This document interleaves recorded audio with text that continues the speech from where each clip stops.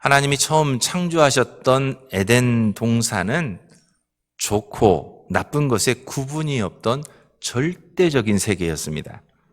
하나님이 창조하신 그대로가 아름답고 보시기에 좋았던 세계였습니다. 다른 어떤 것을 더하거나 뺄 필요가 없는 절대적인 완전함이 있던 세계였습니다. 이처럼 하나님의 나라는 절대적입니다. 하나님의 나라는 좋고 나쁨의 구분이 있을 수 없습니다. 하나님의 나라는 오직 좋다라고 하는 절대적인 개념만이 있는 곳입니다. 그러나 세상은 다릅니다. 우리가 살고 있는 세상은 각기 자기가 기준이 되어서 좋고 나쁜 것을 구분하는 상대적 개념이 지배하는 나라입니다. 인간은 선악을 알게 하는 나무의 실과를 먹음과 동시에 절대적인 세계를 상대적인 눈을 갖고 보게 되었습니다. 즉 자기를 기준으로 해서 좋다, 나쁘다를 구분하게 되었습니다. 자신을 중심으로 상대적 가치에 대한 판단을 내리며 살게 되었습니다. 인간은 더 이상 절대적으로 완전했던 세계에서 그 완전함을 누릴 수 없게 되었습니다. 비교하고 평가하게 되었기 때문입니다. 그래서 하나님은 절대적인 세계에서 우리 인간을 쫓아내십니다.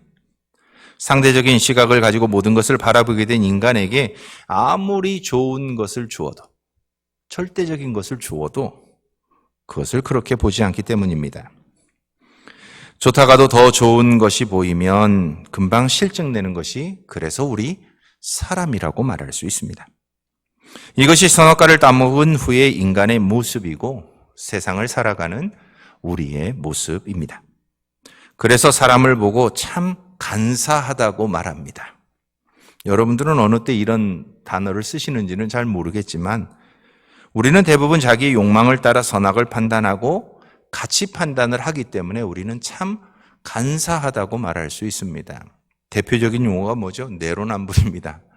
내가 하면 로맨스고 남이 하면 불륜이 되는 거죠. 이것처럼 우리들 모두는 다 자기의 기준에 따라 모든 것을 판단하기에 우리는 간사하다고 말할 수 있습니다. 그래서 우리가 사는 세상은 똑같은 일을 경험하면서 때로는 웃고 때로는 웁니다. 입으로는 주관을 갖고 산다고 말하면서도 주어진 환경에 의해서 마치 바다 위에 떠밀려 돌아다니는 낙엽처럼 이리저리 물결 치는 대로 살아가는 것이 우리의 삶입니다. 사실 주관을 가지고 산다는 것은 그 어느 것에도 지배를 받지 않고 자기의 생각과 의지대로 사는 것을 말합니다. 그러나 우리는 스스로를 냉정하게 판단해 보면 결코 우리는 주관을 갖고 살지 못하고 있습니다. 왜냐하면 환경에 지배받으며 살고 있기 때문입니다. 우리를 울게 하고 웃게 하고 화나게 하고 슬퍼하게 하고 기뻐하게 하는 것, 이 모든 것이 나를 둘러싼 환경들이기 때문에 그렇습니다. 다만 자신도 깨닫지 못한 가운데 환경에 의해 지배를 받고 있으면서도 우리는 자기 나름대로 나는 주관을 갖고 살고 있어 라고 말하고 있을 뿐입니다. 이렇게 보면 자기가 욕망의 눈으로 세상을 바라보면서 좋다, 나쁘다, 불행하다, 행복하다 하며 살아가고 있는 우리의 삶이 얼마나 부질없는 것인가를 다시 한번 깨닫게 됩니다. 그리고 우리가 손을 뻗어 잡으려고 하는 것들이 얼마나 허망한 것들인지도 우리는 깨닫게 됩니다.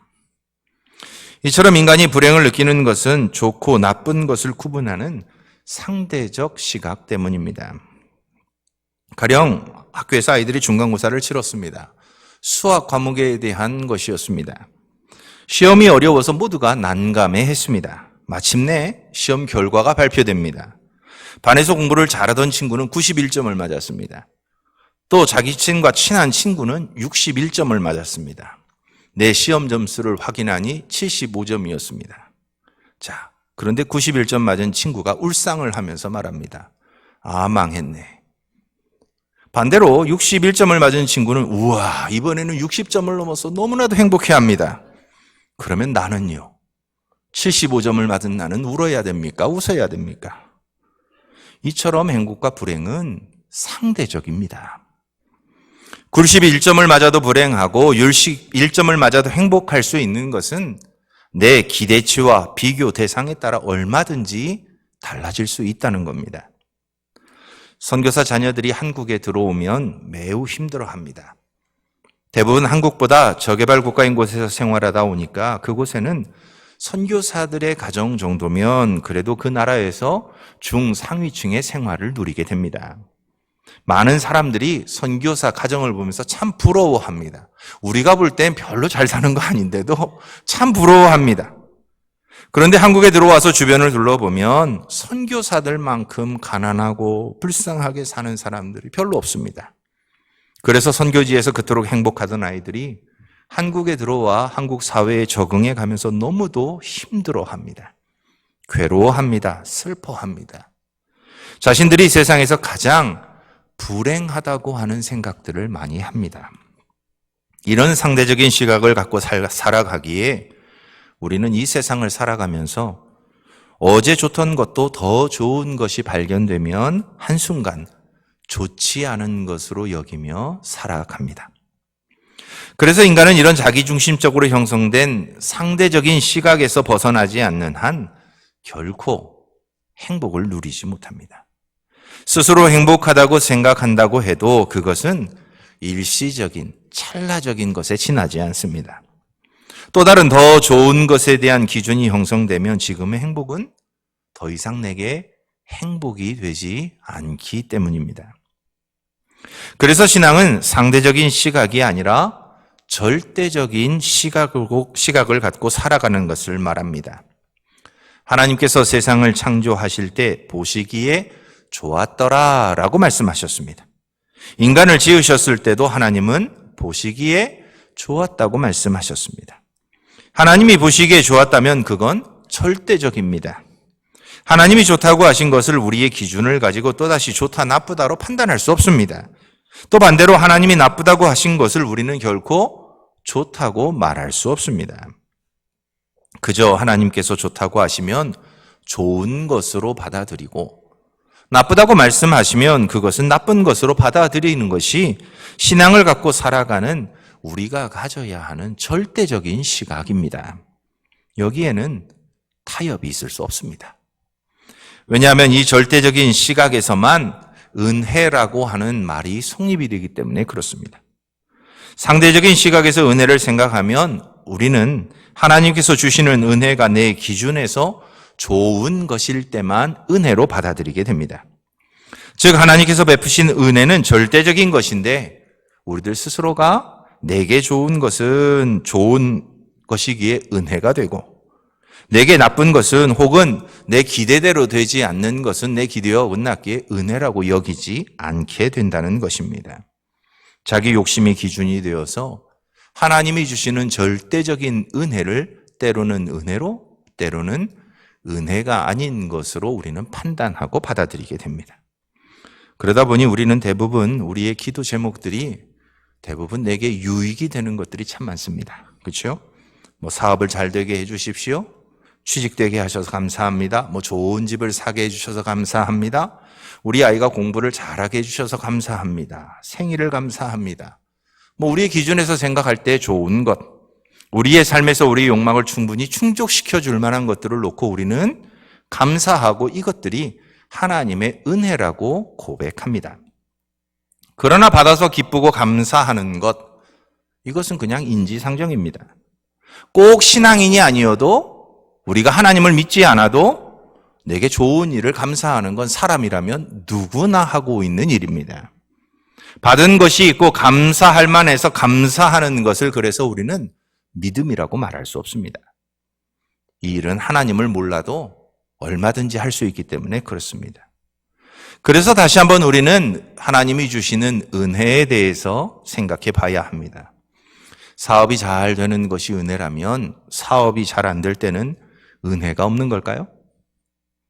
건강한 것이 은혜라면 우리가 병들었을 때는 은혜가 없는 걸까요? 받은 것이 은혜라면 받은 것이 없고 오히려 잃은 것이 많았을 때 과연 그것이 은혜가 없는 것일까요? 왜냐하면 우리가 받아야 아무것도 받지 못하는 상황에서 우리는 결코 믿음을 말할 수 없습니다. 왜냐하면 우리가 받아야 할 것을 주시지 않는 하나님은 우리가 믿을 수 없는 하나님이 되시기 때문에 그렇습니다. 그래서 절대적 신앙은 결코 환경에 흔들리거나 좌우되지 않습니다. 아무리 우리가 기대하던 좋은 것을 주어졌을 때에도 그것을 주신 하나님의 뜻을 생각하고 기대와는 다르게 아무것도 주어지지 않거나 혹은 내가 생각할 때 별로 유익이 되지 않는 일들이 내게 일어났다 할지라도 그것을 주신 하나님의 뜻을 생각하면서 흔들리지 않는 것이 절대적 신앙입니다. 이렇게 자기 기준으로 세워진 좋다, 나쁘다를 뛰어넘어 절대적인 믿음을 가질 때 우리는 하나님의 은혜를 은혜로 받게 되고 어떤 상황에서나 하나님을 신뢰하며 살아갈 수 있게 됩니다. 오늘 본문은 이스라엘 백성들이 가나안의 땅에 들어가서 살 때 어떻게 해야 할 것인지에 대해서 우리에게 들려주신 말씀입니다. 10절과 11절을 한번 보십시오. 같이 한번 읽어보실까요? 10절과 11절입니다. 시작.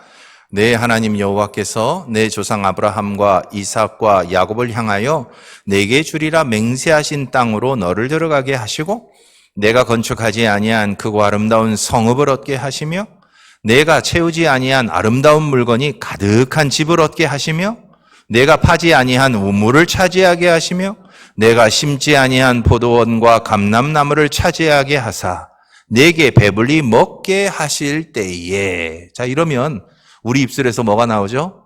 땡큐가 땡스가 당연하죠. 하나님 감사합니다 하지 않겠어요? 내가 심지도 않고 내가 노력하지도 않고 내가 수고하지도 않고 아무것도 안 했는데 모든 것을 다 주신다는 거예요. 그러니 얼마나 감사하겠어요. 누구나 아마도 이 본문을 읽으면 하나님의 은혜가 이런 거구나 라고 착각할 수 있습니다. 만약에 여러분들에게도 이런 은혜의 약속이 주어진다면 여러분들은 어떻게 하시겠습니까? 그리고 하나님께서 너희에게 내가 이렇게 해줄 테니 너희는 나만 잘 믿고 섬기면 된다라고 말씀하시면 여러분은 과연 그 하나님의 질문에 뭐라고 답변하시겠습니까? 아마도 누구나 다 예라고 답을 할 것입니다. 신앙생활을 열심히 하지 않는 분들은 대부분 다양한 핑계를 찾습니다. 열심히 하고 싶지만 생각처럼 신앙생활을 열심히 하지 못하는 것은 지금 상황이 참 내게 어려워서 그렇다고 핑계를 댑니다. 돈만 많고 혹은 내가 소원하는 대로 이루어지고 내가 아무 걱정 근심 없이 살아가면 나는 열심히 하나님도 믿고 교회 일도 열심히 할 수 있을 겁니다 라고 말하는 사람들이 대부분입니다. 모든 어려움이 없게 내가 살아갈 수만 있다면 열심히 못할 이유가 없다고 말을 합니다. 여러분들 어떻습니까? 그렇게 해주시면 하나님을 열심히 믿으실 것 같습니까? 우리도 이와 비슷하게 생각할 때가 참 많습니다. 그러나 우리는 우리가 어떤 존재인지를 잘 몰라서 그렇습니다. 절대적으로 좋다고 하던 곳에서도 만족하지 못했던 것이 바로 우리들입니다. 하나를 가지면 둘을 갖고 싶고 둘을 가지면 셋을 가져야 하고 셋을 가지면 열을 향해서 끊임없이 달려야 하고 욕심을 내는 것이 바로 우리들입니다. 인간이 가지고 있는 욕심과 욕망이라고 하는 항아리는 결코 채워지지 않습니다.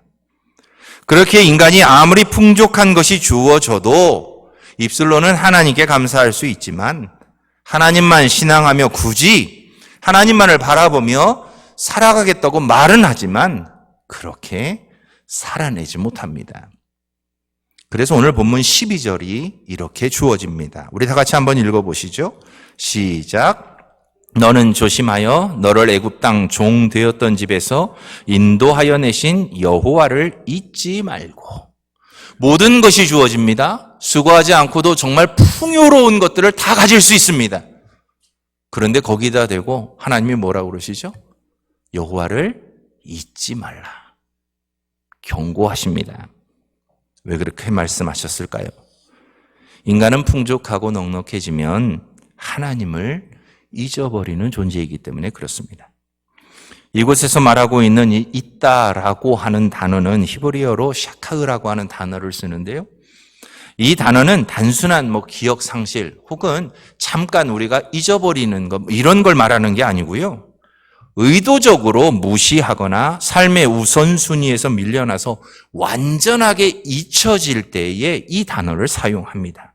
다시 말하면 하나님께서 행하신 일을 분명하게 알고 있지만 오늘 본문에 나와 있는 것처럼 자신들이 아무 수고를 안 해도 하나님께서 모든 것을 다 주신 것을 알고 있음에도 불구하고 의식적으로, 의도적으로 하나님을 자기의 삶의 중심에서 밀어내어 하나님이 없이 살아가고자 하는 것, 이것이 하나님을 잊는다고 하는 단어입니다.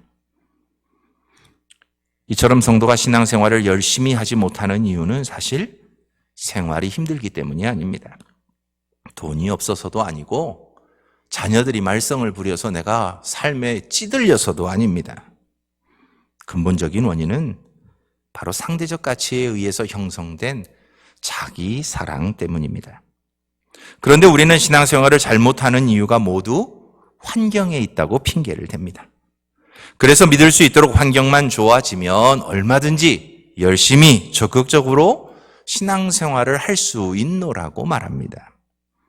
그러나 이런 일은 결코 일어나지 않습니다. 좋아지는 환경의 기준이 없기 때문입니다. 주변을 보면 자신보다 못한 사람보다 더 좋은 환경에서 살아가는 사람들을 항상 우리는 찾고 있기 때문입니다. 인간은 모두 자기 자신을 사랑하며 사랑합니다. 입으로는 하나님을 사랑한다고 말하지만 그건 내가 평안하고 넉넉한 가운데 여유가 있을 때 하는 고백입니다. 그래서 조금만 어려운 일이 있어도 금방 낙심하게 되고 하나님을 원망합니다. 절대적 신앙에서의 사랑이 아니라 상대적 신앙에서의 사랑이기 때문에 그렇습니다. 성경은 결코 이것을 우리에게 믿음이라고 말하지 않습니다. 믿음은 절대적이어야 합니다. 하나님께서 나를 창조하셨다. 절대적입니다.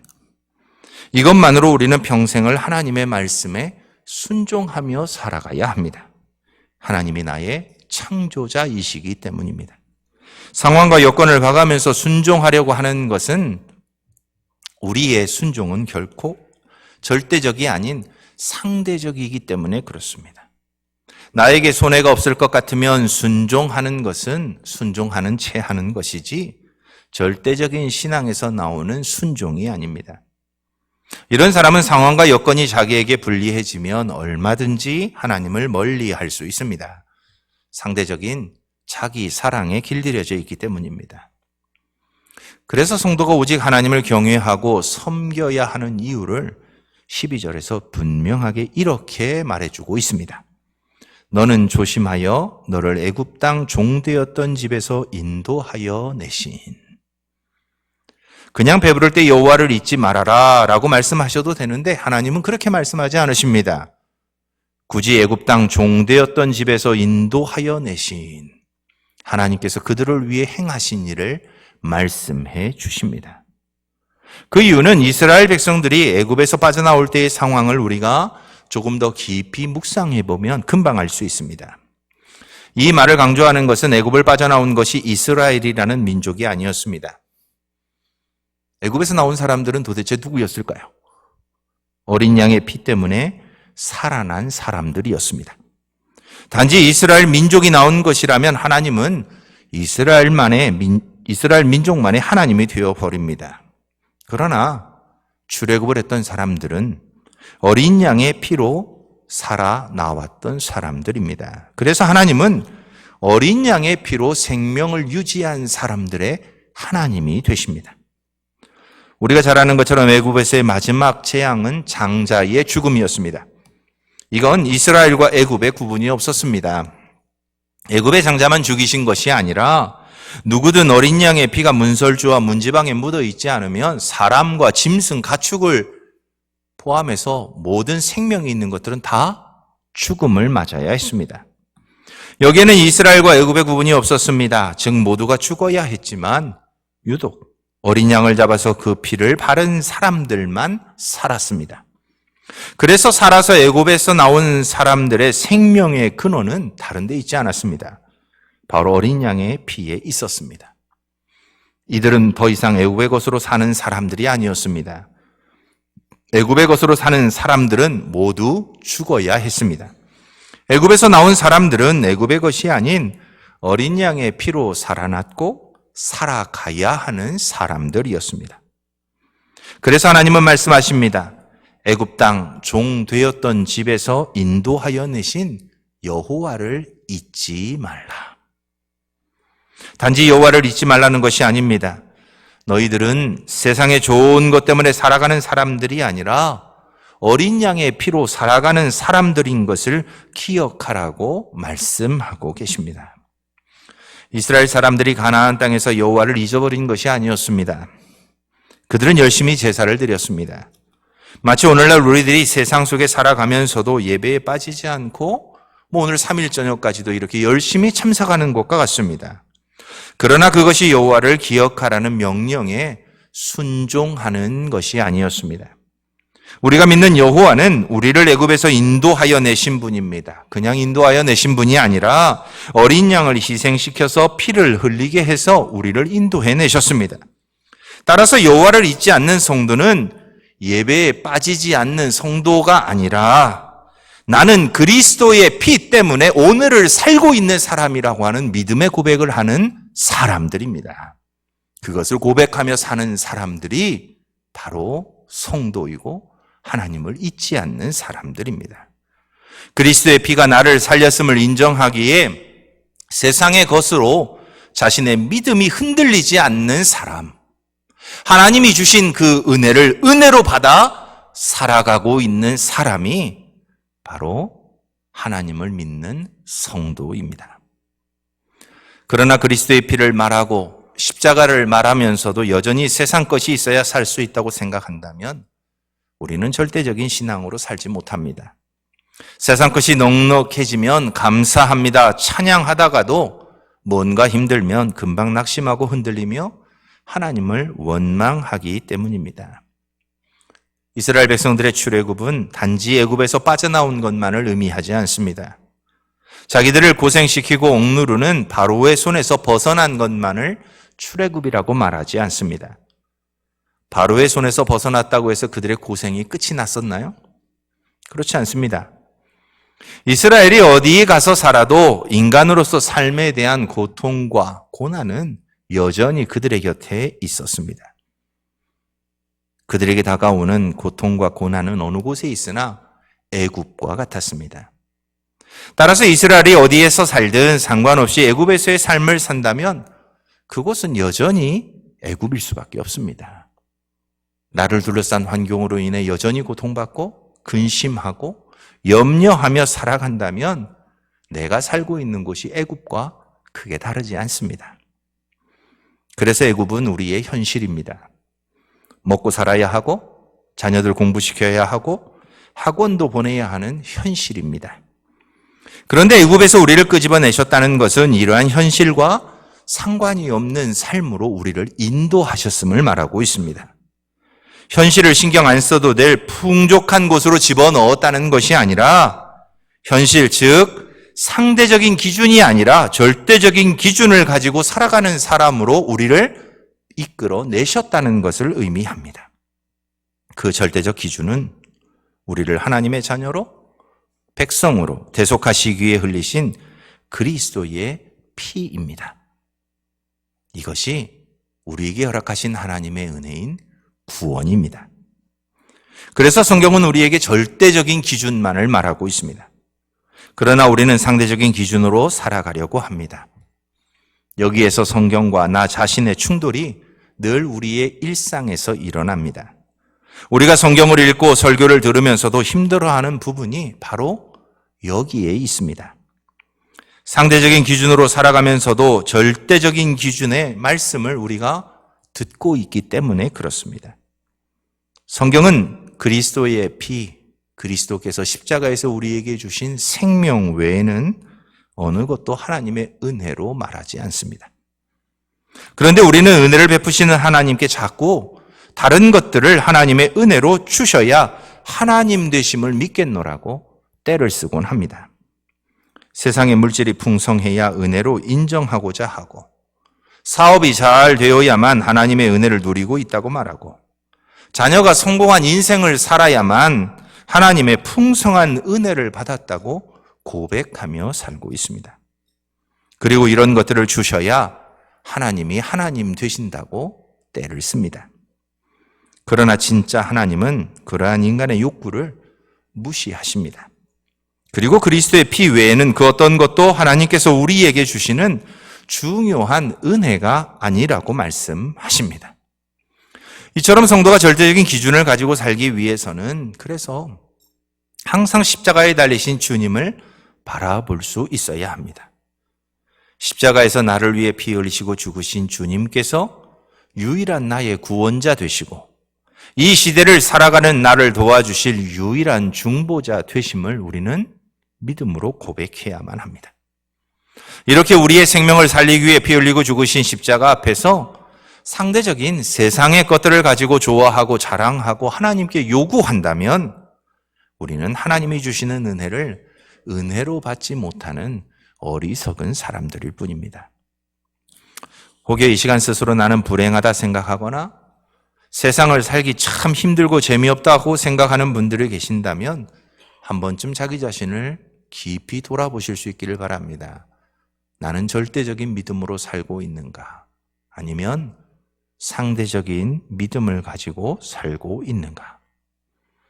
지금 내 자신이 상대적 기준에 매여 있다면 자꾸 경쟁하게 되고 비교 의식에 사로잡히게 될 것입니다. 그래서 결코 우리는 주님 안에 있지만 행복해질 수 없습니다. 그러므로 절대적 신앙으로 살려고 생각한다면 여러분들 주위에 여러분들의 시선을 두지 마십시오. 오직 그리스도의 십자가에 여러분의 시선을 둘 수 있기를 바랍니다. 여러분의 죄 때문에 피 흘리고 죽으신 그분 앞에서 내가 받은 놀라운 하나님의 그 은혜를 깊이 묵상해 보십시오. 내 모든 죄가 사함을 받았고 죽을 수밖에 없던 내가 하나님이 주시는 영원한 생명을 누리게 되었다라고 하는 이 사실보다 과연 이 세상에 더 크고 더 중요하고 더 놀라운 일이 무엇이 있을까요? 없을 것입니다. 그래서 우리의 시선이 주님의 십자가만 향할 수 있으면 어떤 상황에서나 우리는 하나님께 감사할 수 있게 되고 찬송할 수 있게 됩니다. 믿음은 상대적이 아닙니다. 인간의 선악체계인 좋고 나쁨을 뛰어넘는 것이 믿음입니다. 좋은 것 때문에 믿는 것이 아니라 설령 그것이 내가 생각할 때 나쁜 것이라 해도 여호와는 변함없이 여호와이십니다. 하나님은 변함없이 하나님이십니다. 라고 인정하는 것이 절대적인 믿음입니다. 이 믿음을 가질 때 비로소 우리는 행복하게 매일을 살아갈 수 있습니다. 기대하지 않았던 어렵고 힘든 삶의 순간에도 인간의 얕은 생각으로는 감히 측량할 수 없는 하나님의 선한 뜻과 계획이 있음을 믿을 수 있기 때문입니다. 하나님의 뜻은 내가 생각하는 좋고 나쁘다는 기준으로 알 수 없습니다. 내가 원치 않는 고난과 시련 속에서도 나를 인도하고 하시는 하나님의 크신 사랑이 그 속에 들어 있습니다. 우리 하나님은 선하신 분이십니다. 우리의 고백처럼 하나님은 좋은 분이십니다. 상대적으로 누구보다 좋은 것이 아니라 그냥 좋은 분입니다. 모든 것이 좋은 분입니다. 어렵고 힘들다고 그 좋으신 하나님이 나쁜 하나님이 되지 않습니다. 우리를 속이는 하나님이 되지 않습니다. 그래서 우리에게 필요한 건 절대적인 기준입니다. 절대적인 믿음입니다. 그러므로 상대적인 기준, 즉 내 욕망에 의해서 구분되는 좋고 나쁨을 뛰어넘을 수 있을 때 우리는 비로소 하나님의 사랑이, 나를 향해 주시는 그 하나님의 사랑이 절대적인 것을 확신할 수 있게 되고 기쁨으로 고백할 수 있게 됩니다. 그리고 어떤 시련과 절망 안에서도 흔들리지 않고 무너지지 않는 이런 믿음은 절대적인 사랑을 아는 사람들이 누리는 최고의 복이 됩니다. 그래서 어렵고 힘든 순간에도 하나님이 날 사랑하신다는 그 한 가지 사실만으로도 얼마든지 행복할 수 있는 사람이 됩니다. 오늘 본문 16절부터는 마사의 시험이 기록되어 있습니다. 아름답고 젖과 꿀이 흐르는 땅이 주어지기 이전 이스라엘 백성들은 마사라고 하는 원치 않는 그들이 가진 하나님에 대한 절대적인 믿음을 시험하기 위한 무대를 밟습니다. 출애굽기 17장에 보면 마사에서의 사건이 자세하게 기록이 되어 있습니다. 가나안을 향해 가던 이스라엘 백성들 앞에 물이 없는 땅이 나옵니다. 그리고 이스라엘은 당연히 물이 없으니 그곳에서 하나님을 원망합니다. 그래서 하나님께 불평하고 원망했기에 그 장소를 하나님과 다투었다 해서 원망했다 해서 마사라고 부르게 됩니다. 그런데 그들이 맞이한 상황을 다시 한번 잘 생각해 보십시오. 이스라엘 백성들은 원망할 수밖에 없는 상황에서 하나님을 원망했습니다. 그런데 하나님은 그것을 책망하십니다. 원망하지 않을 상황에서 원망한 것을 책망했다면 얼마든지 우리도 하나님의 책망을 이해할 수 있습니다. 받아들일 수 있습니다. 물이 없어서 목이 말라 죽게 된 지경에서 나온 원망이었습니다. 어쩔 수 없는 문제라고 우리는 생각할 수 있습니다. 그런데 하나님께서는 이 당연하다고 생각하는 일에서도 그들을 책망하셨습니다. 이것에 대해 오늘 본문 16절은 그래서 우리에게 이렇게 설명해 줍니다. 한번 같이 읽어보시죠. 시작. 너희가 마사에서 시험한 것 같이 너희의 하나님 여호와를 시험하지 말고. 여기서 시험이라고 번역된 이 히브리어는 나사라고 하는 단어를 사용합니다. 이 단어는 하나님을 조건적인 존재로 취급하는 태도를 의미합니다. 즉 하나님이 이것을 해주면 하나님으로 믿겠고 안 해주면 안 믿겠습니다 라고 하나님을 테스트하는 것을 이 시험이라고 하는 단어로 표현하고 있습니다. 이스라엘 백성들은 하나님께서 그들의 절대적인 믿음을 시험하는 그 장소에서 오히려 하나님을 향해서 조건을 내겁니다. 하나님이 물 주시면 하나님으로 인정할 거고요. 물 안 주시면 안 믿을랍니다. 이러는 거예요. 그러니 그 절대적인 믿음을 요구하는 시험장에서 그들은 탈락하게 된 겁니다. 그러니 하나님이 볼 때 얼마나 답답하셨겠어요. 그래서 그들을 책망합니다. 이처럼 이스라엘 백성이 처했던 원망할 수밖에 없던 상황이라고 우리가 생각하는 것들은 다 상대적 기준에서입니다. 물이 풍성했던 곳과 비교하니 물이 없는 척박한 곳은 자신들이 있을 곳이 아니었습니다. 하나님이시라면 항상 풍성한 물이 있었던 저 애굽처럼 광야에서도 시냇물이 흐르게 하든지 아니면 큰 샘이 터져서 오아시스를 만들어 주시든지 그래서 우리를 그곳으로 인도하셔야 했다는 겁니다. 어떻게 보면 자신의 필요에 따른 상대적인 평가에서 그들의 불평이 시작되었던 겁니다. 하나님의 절대적인 기준에서는 사실 환경은 아무것도 아니었습니다. 홍해도 가르신 분이 까짓 지하수 뿜어 올려서 그 백성들의 그 목마름을 채워주는 것은 일도 아니었을 것입니다. 그러나 마사에서 하나님은 그들의 곁에 함께하고 계시는 하나님에 대한 절대적인 믿음을 요구하셨습니다. 상황이 아닌 하나님이 함께하고 계신다는 것을 믿는다면 불평 대신 그곳에서 오히려 자신들을 그곳으로 인도하신 하나님의 뜻을 생각해 보게 되었을 것이고 하나님이 요구하셨던 절대적인 믿음을 그들은 갖게 되었을 것입니다. 그러면 굳이 이곳이 마사라는 이름이 아닌 또 다른 이름을 갖게 되었을 것입니다. 그러나 그들은 자신들의 눈에 익숙한 대로 자신들의 생각에 익숙했던 대로 상황이 그러니 하나님께 불평합니다. 약속의 땅 가나안까지의 여정은 이스라엘 백성들과 함께 하시며 그들보다 앞서가시고 그들을 보호하시며 만나와 메추라기로 먹이시는 하나님을 향한 절대적인 신앙을 계속해서 훈련하는 훈련장이었습니다. 그러나 절대적 기준에서 보면 사실 마사에 물이 없는 것은 그래서 그들이 하나님을 원망하거나 하나님께 불평할 이유가 되지 못했습니다. 왜냐하면 하나님은 여전히 그들의 곁에 계셨기 때문에 그렇습니다. 사랑하는 서산교회 성도 여러분, 우리에게는 우리를 모든 죄에서 구원해 주시기 위해 십자가에서 자신을 기꺼이 들이신 예수님을 통한 하나님의 은혜가 언제나 우리와 함께하고 있습니다. 하나님의 은혜는 결코 우리의 상황으로 인해서 좋은 것이 되거나 나쁜 것이 되지 않는 절대적인 것입니다. 하나님의 말씀 또한 마찬가지입니다. 하나님께서 우리에게 주신 이 말씀은 결코 우리의 환경이 바뀌어도 그 가치가 바뀌지 않습니다. 하나님은 시간과 공간을 초월하여 언제나 말씀하시는 하나님이시기 때문에 그렇습니다. 그러므로 우리의 신앙도 상대적이 아닌 절대적인 신앙이 되어야 합니다. 우리의 자녀도 절대적인 신앙의 기초 위에서 양육하십시오. 세상과는 다른 하나님의 자녀로, 하나님의 백성으로 양육하실 수 있기를 바랍니다. 하나님을 소유하면, 예수 그리스도를 그 마음에 담고만 있으면, 그들의 인생에 담을 수 있다면 세상에 그 어떤 것을 소유한 것보다 풍요로운 인생을 만들어 주실 것입니다. 이와 같이 우리의 신앙생활에서도 내가 중심이 되어 세운 상대적 기준으로 내 삶을 판단하거나 다른 사람들을 평가하거나 교회를 비판하는 일들은 멈추실 수 있기를 바랍니다. 그렇다면 어떻게 우리가 이렇게 절대적인 신앙을 갖고 살아갈 수 있을까요?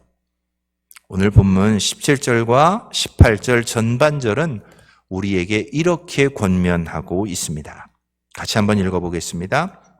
너희의 하나님 여호와께서 너희에게 명하신 명령과 증거와 규례를 삼가 지키며 여호와께서 보시기에 정직하고 선량한 일을 행하라. 하나님께서 보시기에 정직하고 선량한 일을 행하기 위해서는 우리에게 주신 하나님의 말씀을 통해 하나님께서 주신 명령과 증거와 규례를 알아야 한다고 말씀합니다. 아는 만큼 우리는 하나님을 신뢰하게 되기 때문입니다. 상대적인 기준이 되는 내 중심의 욕심을 버리고 오직 하나님의 뜻을 생각하며 행동하는 절대적인 기준에 순종하기 위해선 하나님이 하신 말씀이 우리에게 풍성하게 있어야만 합니다. 그러므로 우리는 하나님의 말씀을 통해 하나님을 깊이 알아가는 일에 힘써야 합니다. 그래야 상대적인 기준이 아닌 하나님의 눈으로 볼 수 있는 절대적인 기준으로 우리의 삶을 냉정하게 볼 수 있습니다. 말씀을 통해 우리가 하나님을 많이 알아가면 알아갈수록 마사와 같은 하나님의 시험장에 서 있는 우리의 인생은 오직 주님만 바라보는 절대적인 신앙으로 그 모든 시험을 너끈히 통과할 수 있습니다. 내가 아닌, 나를 둘러싼 환경이 아닌 오직 하나님을 향한 절대적인 신뢰와 믿음으로 여러분들의 삶의 자리에서 모든 시험을 당당히 이기시고 승리하는 성도님들이 될 수 있기를 주님의 이름으로 축원합니다. 우리 함께 기도하겠습니다. 기도하실 때에 하나님, 내게 절대적인 믿음을 주십시오. 내 신앙의 걸음이 절대적인 기준에서 걸어가는 신앙의 걸음이 되게 해 주십시오. 예수 그리스도의 십자가만을 바라보며 걸어가는 내가 되게 하시고 하나님이 내게 베푸신 그 은혜를 은혜로 수용하고 확신하며 걸어가는 내가 되게 해 주십시오. 내가 처한 환경으로 인해서 하나님이 주신 은혜를 저버리는 어리석은 사람이 되지 않게 해 주십시오. 내가 가진 기준으로 다른 이들을 평가하고 내가 가진 기준으로 다른 이들의 삶을 또 하나님의 일들을 평가하지 않도록 은혜 내려 주십시오.